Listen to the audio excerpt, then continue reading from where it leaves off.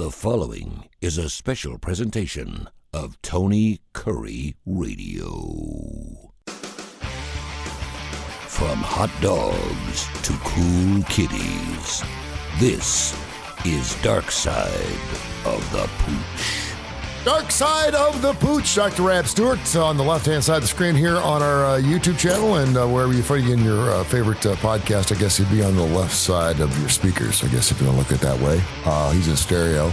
Rossborough General Hospital is the place he owns. His fantastic job, and of course, this is a show that's about a $13 billion industry of pet care and pets, period. We've talked about everything from, I've had several emails, as a matter of fact, from last week about rabbits. People are like, are you serious about the rabbits? We had mentioned that within the next 5 to 10 years, rabbits are supposed to take over cats as the second most prized pet in the household. You believe it? I believe it. We're rabid for rabbits.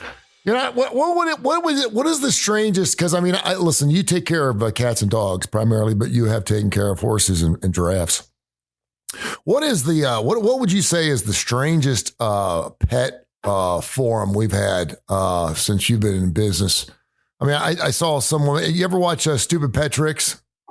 It's that new show with Sarah Silverman on TBS. I was watching because they've been running a lot of commercials during March Madness, and it's a ripoff, of course, of the David Letterman Stupid Pet Tricks thing he used to do, and it's so weird that it's actually kind of entertaining. But it's pets from around the country. They bring them on. They had a camel on there last night. Do the limbo, and of course, someone brings on her pet pig. And you're talking, 450 pounds, and it wasn't one of these baby pigs. It was like a full-grown pig that she actually had living in her house. And she's like, "Does it sleep with you?" And she's like, "Yeah." And she's like, "Good luck with dates." She's like, "Yeah, I don't care. It's my pig. I love the pig." Yeah, but they're domesticated, and it doesn't poop or pee inside. She goes, "It smells just as good as any dog I've ever had."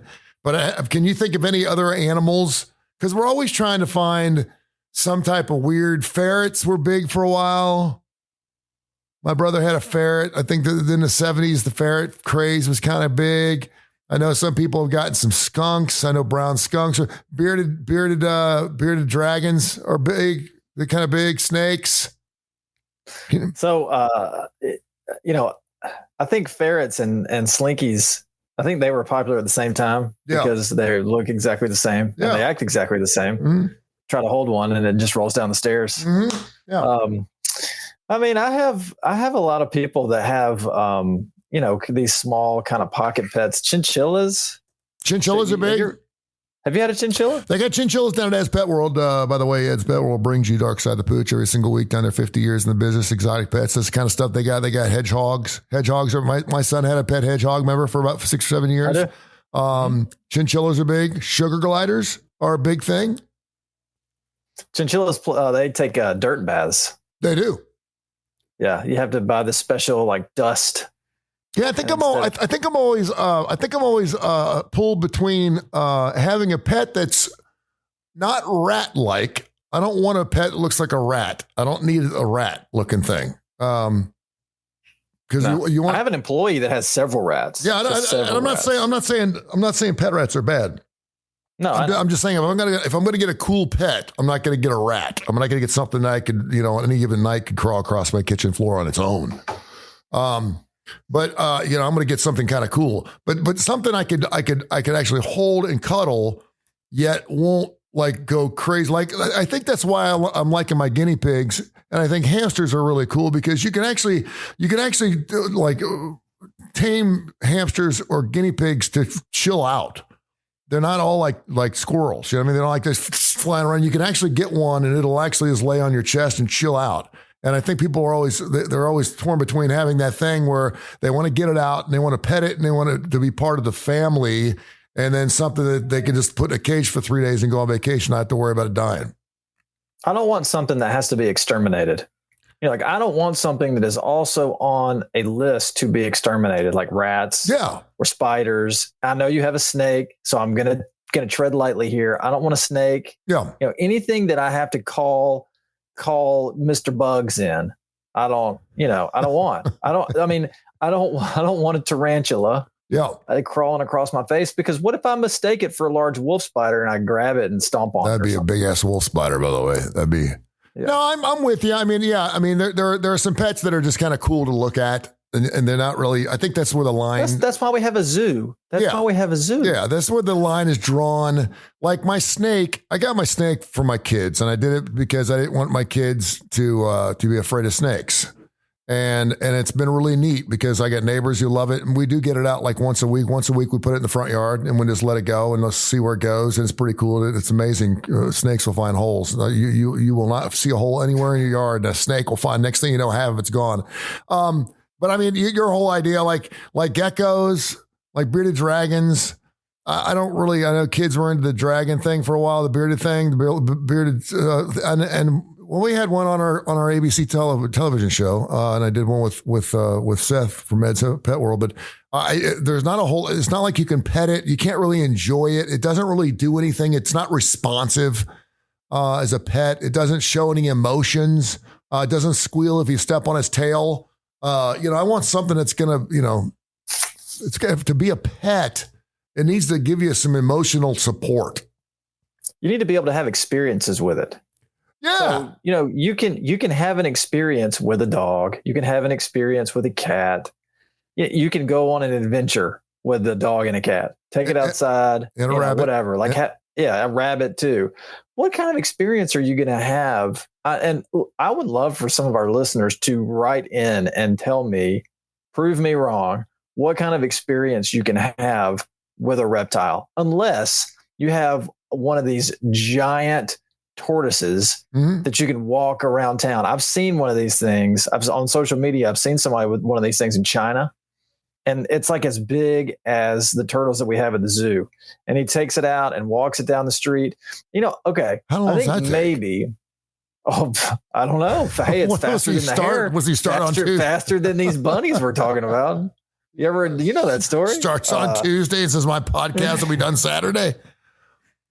But maybe the adventure with the reptile is taking it out and meeting people with it. Maybe it's I do think that's a big part of it. I think I'm not going to lie to you. Having my snake is kind of cool, and it's cool telling people I have a snake and freaking people out. I'm just surprised by how many people are freaked out by snakes. That is absolutely, oh my gosh. I remember when I sold my house, my realtor would not show my house unless I put the snake up. I'm like, where do you want me to put the snake up? She goes, I don't know, put it in a closet or something. Put it somewhere where I don't know where it is. I'm not coming in your house with I said, it's a rock. It's a cage. It's not getting out. It sits there. Even if it was hungry, it wouldn't come find you. If it thought you were a giant rat. Yeah. Put your hungry snake away. I mean, seriously, it's like, I just don't get that. But I mean, she was almost phobic to an extent that, she was like, I'm not going to show your house off with your giant snake out. So, okay. Done. All right. I'll put the giant snake away, and then no one will see it. But that being said, I'm not so sure I would be too crazy about a woman who would want to come back to my house to see my snake. I mean, if I was out somewhere and a woman said, you have a snake? Cool, let's go back and see it. I'd think two things. First of all, she's just saying that because she really thinks I'm hot. She wants to come back to my house, which is not happening. Or B, she's a freak. She's a goth freak, and she's into snakes and like things being pierced that ain't supposed to be pierced. And that, like, you know what I'm saying? And then I would probably, because I'm not sure I would be too crazy about a woman. That's kind of funny. I should say that because I don't think I'd date a woman who likes snakes. I mean, I will say that there's always an exception to the rule. So my brother-in-law, he had a snake. And so my wife grew up around this snake. And I don't think that my wife would ever, okay, let me say this. If I wanted a pet snake, she would be fine with it. Yeah. You know what I'm saying? So I think that there are people out there that are interested and curious and would be fine with it if they have a little bit of experience with it. Like your daughter, Lila, I'm sure that at some point she's going to down the road get married and she's going to say, yeah, snakes are cool. I had one growing up and it's going to be no problem. She's the exception to the rule. Yeah, she is. In so many different ways. No, I'm with you. And as a parent, and we're both parents, I know there's a lot of parents that listen to the show. Yeah, there's some animals that you just kind of do, like the hedgehog. My son loved that hedgehog, but he didn't really love that hedgehog. I mean, it was nocturnal. We never saw it. We get it out maybe once a month. It was a sideshow. Yeah, it was a sideshow to make this little wheezing sound. It was kind of cool. And we showed off, when someone came over to the house, maybe even like once every 2 or 3 months, we'd get the hedgehog out. He never cleaned the cage. Hermit crabs, we did a hermit crab thing for like about a week and a half. Yeah, they're dead. Like they stink. They smell really bad when they die. But I told you my next door neighbor now, she's got like 6 dogs and 7 cats, but she's had a pet praying mantis for like the last 4 months. Yeah. She actually goes out every night and finds bugs and grubs and stuff to feed this praying mantis now, but she's a little weird. And she listens to this show. I know she's listening right now and she's like, Tony, I can't believe it. Renee, you're a little off. You're a little strange. You're a little wacko because people don't have pet praying mantises. I bet that it's really fascinating to watch that praying mantis catch and eat its food, though. Yeah, well, they eat their own. Yeah. I mean, the female eats the male. They have sex, and the male goes, I hope it was good for you, because see you later. And then she just eats them. It's like black widows. Yeah. Same thing. I don't know. The insect world. Yeah. I mean, the insect world is very strange. Do you think that, because it's weird because we're always trying new and exciting things. And just when you think that there's no way we could have like Beyonce, the Christmas song, All I Want for Christmas Is You. That is, if it's not, but that's Mariah Carey. I know. And if it's not the biggest Christmas song of all time, it's really, really close. But if you told me 25 years ago, there's going to be another Christmas song, because we didn't have new Christmas songs, like new Christmas songs for like 30 years. It was just the same stuff over and over and over again. And Grandma got run over a reindeer. You could say, okay, that was really kind of a hit. It was so stupid that people liked it. It was funny, but it wasn't really a hit. But if you told me right now that in 2030, there's going to be a Christmas song that is going to be played more than any other Christmas song in the history of the world, I'd say you're crazy. There's no way, because there's no way you could have a new Christmas song that's going to be a hit. And she did it. So I'm trying to think to myself, is there a new animal or a pet that we could domesticate that would be like the new thing, like a Cotamunde? Did you, I don't know the answer to that, but did you see how we have the technology to bring back a woolly mammoth? Yeah, they're working on it. Did that story cross your desk? Yeah, they're working on it. And they're still years off. They're about 10, 15 years off from making it happen. And it all came from the permafrost. I mean, they're thinking that because there's so many live, because they're also going to do it with that, what is it, that Tasmanian, not the devil, the Tasmanian Jekyll or whatever. There's some stripe, something or other that they're bringing back that just went extinct like a couple of years ago. And so they're going to bring that back. And they're also want to do a saber-toothed tiger. I'm like, be careful, dude. See, these are the new things. This is what's going to happen. We're not going to just like find something that's never been domesticated. We're going to bring some crazy animal back. And that's going to be the new thing. But I mean, I feel like if you look back in science fiction, in that whole genre, if you go back like, I don't know, 30, 40 years or whatever, a lot of that stuff has happened now. And it's like people dream this stuff up. You dream Jurassic Park up in the early 90s. See, and I'm almost surprised. But if you really believe that, where is it? It's kind of like, I don't believe it, but we're talking about recreating. I know, but the Russians and the Chinese have been taking animals and humans and mating them for years. There's documentaries out there that they've been taking horses and elephants and making them mate to come up with these weird, crazy. And then inside Chernobyl, who knows what the hell lives in there? I mean, there's animals with 16 heads. Seriously. So for people to sit there and say, I don't know, that's something we've never seen before, or, we put it through our genetic tester and there's other, I believe there are some things out there because we're finding new species of things. But when we say new species, we're talking about like a bug the size of your fingernail. Like that doesn't count. I'm like, if we want to find a new species of an elephant that's got 4 heads, then show me that. Show me something cool. But when you're showing me a new species of a spider in the Amazon, I could give a rat's ass because it's a spider. I mean, we already got spiders. Show me something real, something neat. You know, like a giraffe. Yeah, I don't care about any of that giraffe stuff. with 4 heads. I don't care about any of that stuff. Yeah. But what I'm saying is if you look back at all this science fiction stuff, like some of the stuff is coming to fruition. I mean, it really is. We gotta be careful. Because we're messing with God stuff, right? We're messing with God's creations. We're bringing things to power and to light.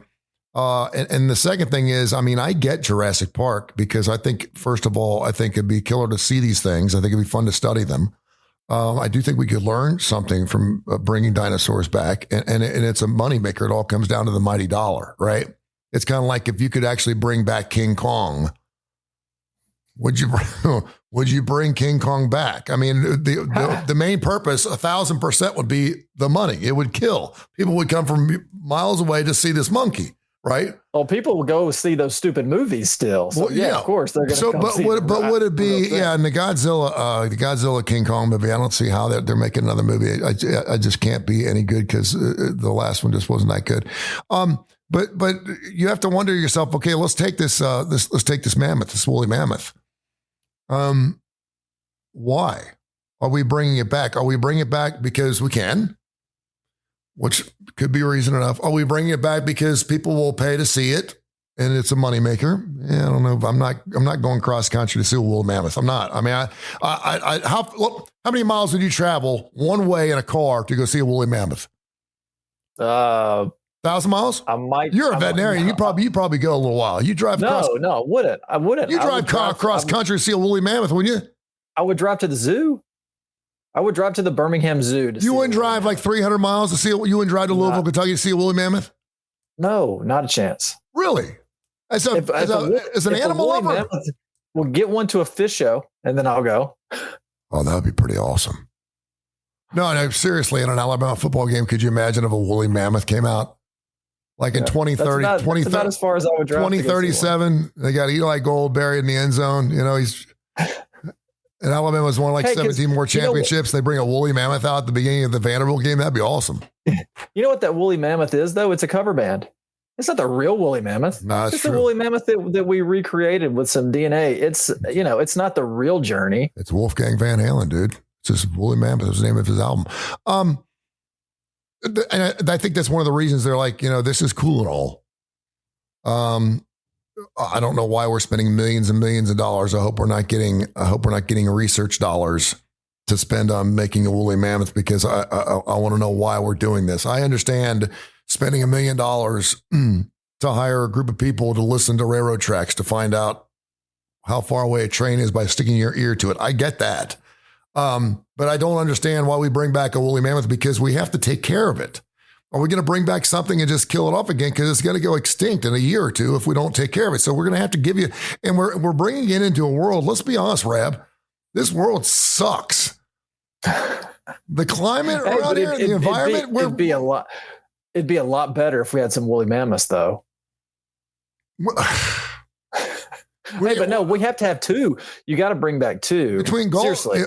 Yeah, well, you have to bring back 2. And they have to mate. They have to mate. You have to make them mate because you're bringing back something that's going to be dead in 3 or 4 years, assuming it doesn't get some strange disease or something that the woolly mammoth gets and we don't even aware of. You'd have to bring back, it's like if you're going to go ahead and bring back wolves and put them in Yellowstone, you got to bring them back healthy enough to hold on to them for years. So you'd have to have this woolly mammoth in a cage for like 10 or 15 years before you realize it could be and then where would you let that thing go? Hey, but here's the other thing to think about. So with years and years, I mean, not even years, but we're talking like millennia in some cases. These animals have been around and they have had their immune system challenged and they're immune to a lot of viruses and bacteria, or maybe if not immune, their immune system is strong enough to fight it off. Mm-hmm. So then you're going to bring a woolly mammoth, into the world who has an immune system that has never been challenged at all. I mean, that thing's probably going to be dead within 3 months. Okay. Do you think it'd be dead or do you think it would be susceptible to being super dog? being super elephant. I mean, to the point where no, I think that its immune system would be. I'm telling you, terrible. Let's remember who started this whole show. God is pretty special, and God has a sense of humor. And life, we have said this for years and years and years, and we'll say it for years and years and years. Life is cyclical. It even happened with the Great Flood, right? When he said, Noah, go get all the animals, I'm starting over again. Life is cyclical, right? So if you're a believer that Jesus is coming back, and you and I certainly believe that, life is cyclical again. This earth somehow will be wiped clean, and we're going to start over again. I mean, it's in the Bible, right? And so I wonder, and I'm thinking, it's not going to be bombs. It's going to be natural. Don't you think it's going to be natural? Because we killed the natural part. And so the natural part will take it back over again. And I'm telling you, it's some stupid like a woolly mammoth out of the permafrost, because dude, there's no telling what kind of nasty. We just had this COVID thing that killed over 1.1 million people that came from a stinking bat in a Chinese lab. Don't tell me that animals ain't going to come back to take it away from us. I'm just telling you, cyclically speaking, the world's going to end because of some weird, strange, bubonic woolly mammoth plague. You watch. You watch. Hey, listen, I don't disagree with you. I also wonder that the next time the world is wiped out, if it's not wiped out permanently. Yeah. World without end, amen. Yeah, I mean, it's going to go down the way he wants to go down. And you and I will not be here. All right, listen, if Jesus wants to come back tomorrow, I welcome him with open arms. Come on. We could be here. We could be here. I hope I am here when he comes back, because I know where I'm going. Yeah, I want to see the fireworks. That'd be pretty awesome. I want to hear the 7 trumpets. Yeah, man on the white horse. It's Jesus.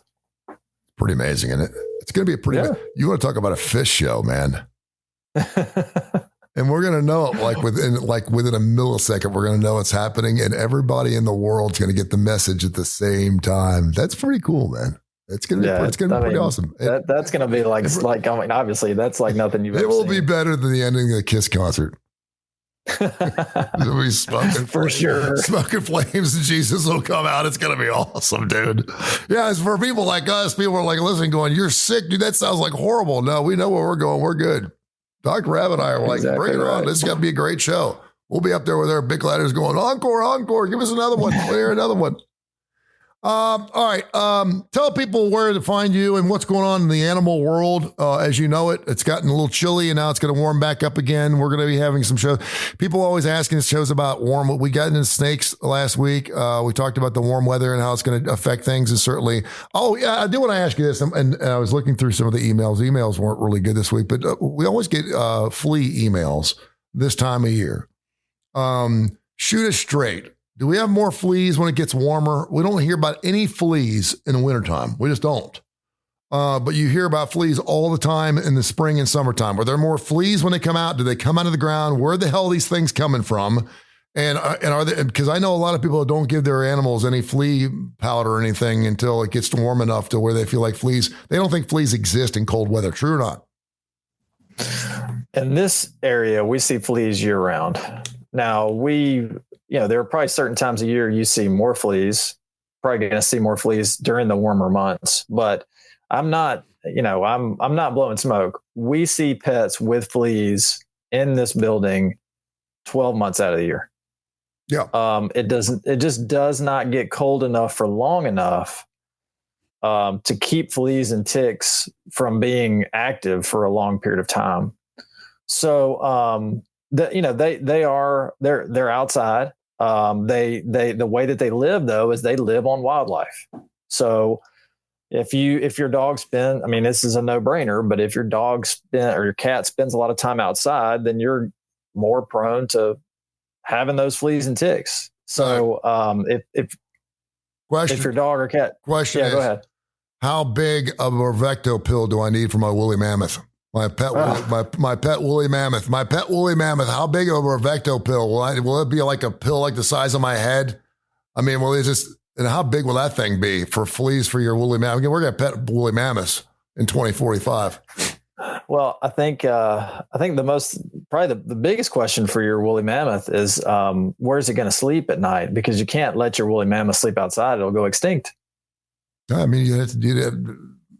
We don't need to be, but if we're bringing back animals, we need to bring back smaller animals that don't take up so much space. We already got golf courses and funeral homes taking up most of the land. We don't need any more areas where we're going to have to sanction off like 1 million acres for a couple of woolly mammoths because we're afraid one's going to die or get a haircut in the throat.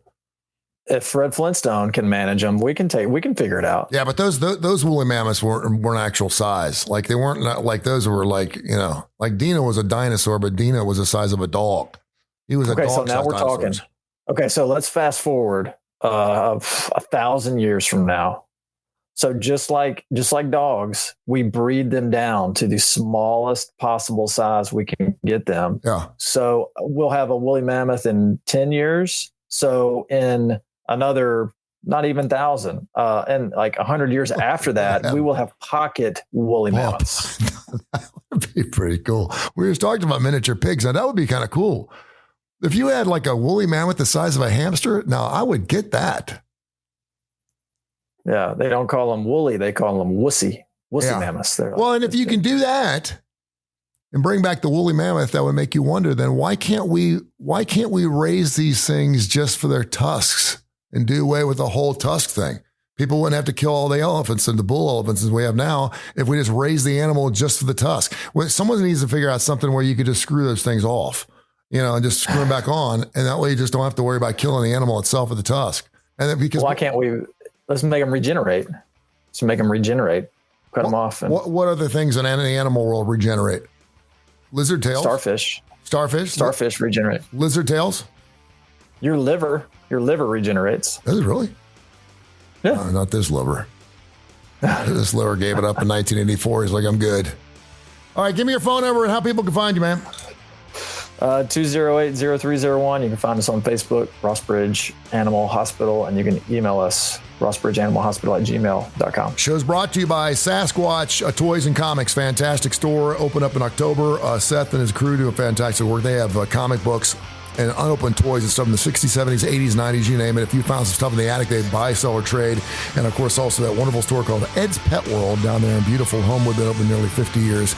Love that place. I get all my exotic pets down there. Check out Ed's Pet World. Thank you, brother. We'll talk next week. This has been a special presentation of Tony Curry Radio.